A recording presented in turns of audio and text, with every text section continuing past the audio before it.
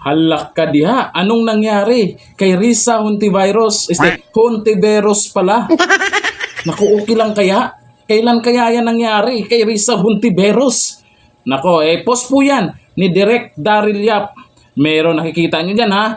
Nandyan yung picture mismo ni Risa Hontiveros. Hindi po edited yan. Totoo pong post yan ni Direk Daryl Yap.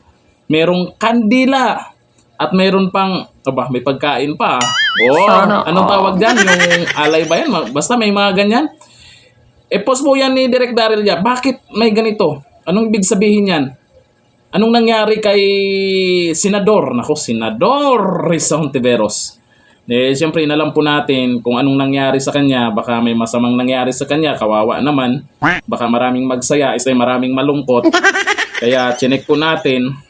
Kasi sa comment po dito, ayan po yung caption dito, pag-inggit, punit. Pag wala lang, ganun, pag-inggit. Sinong inggit? Sinong nainggit? Ito pala yung video.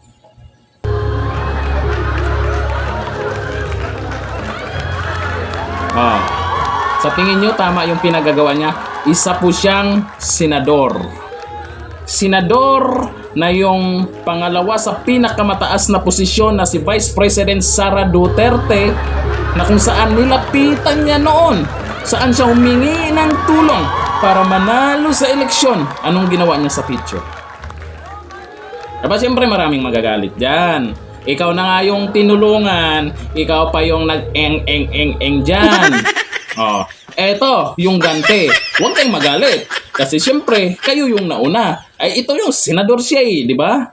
Ikaw yung senador na nauna, na nagpa-eng diyan sa ginawa mo sa picture. Labanan ng picture. Labanan ng picture. Sa totoo nga, mas malala yung ginawa mo sa picture ni Vice President Sara Duterte.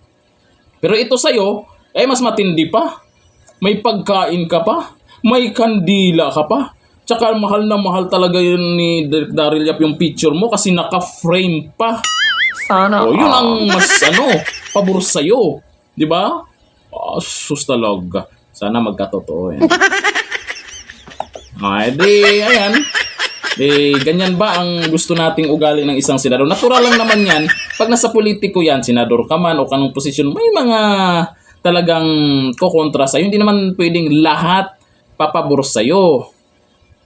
Diba? Tanggapin natin. Kung may ayaw ka, ginaganyan mo sa social media, di gaganyanin ka rin. Ano ngayon naramdaman mo? Baka bandang ulay, mayroon akong mapanood na video, nagdadasal dyan. Diba? Ganyanin mo yung mga Duterte. Ganyan ang ganti sa inyo. Inggit kasi. Diba? Sa mukha pa lang. Inggit na. Inggit na inggit yan. Dito lang. Thank you. Bye-bye.